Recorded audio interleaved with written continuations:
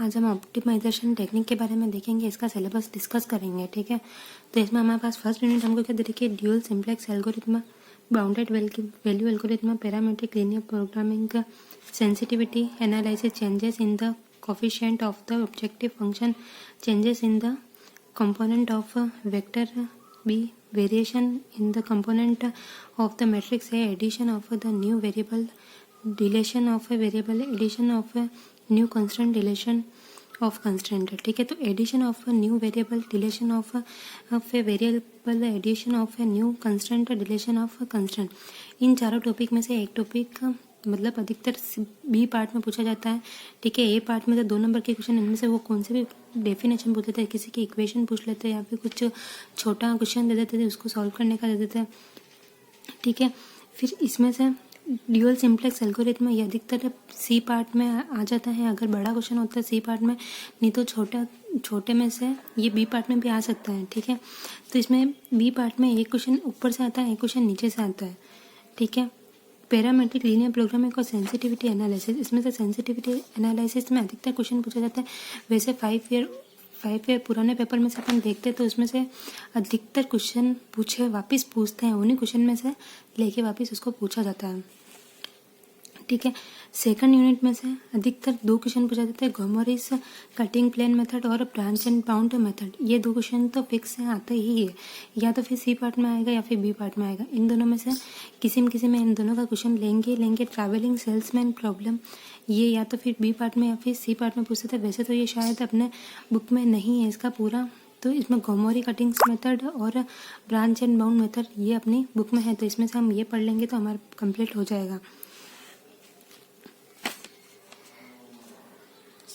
फिर हमारे पास क्या थर्ड यूनिट में हमको क्या दे रखा है, project scheduling through PRT and CPM, cost time rate of recurrence levelling. ठीक है, इसमें प्रोजेक्ट शेड्यूलिंग का थ्रो पीआरटी एंड सीपीएम में से एक क्वेश्चन पूछते हैं, या तो फिर इसका डायग्राम पूछते हैं, मतलब इसमें डायग्राम दे देते हैं या फिर कोई टेबल दे देते हैं।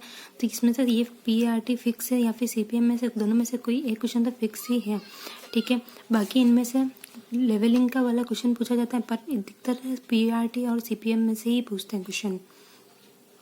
फोर्थ यूनिट डिस्कस करते हैं quadratic form, convex function, global and relative optimum of a function, effects unconstrained extremum of differentiable function, method of Lagrange's multiple for constraint extremum with equality constraint, convex programming problem, Lagrange's function and saddle point, Kuhn Tucker theorem, Kuhn Tucker condition, quadratic programming problem, Wolfe algorithm and Beale's algorithm.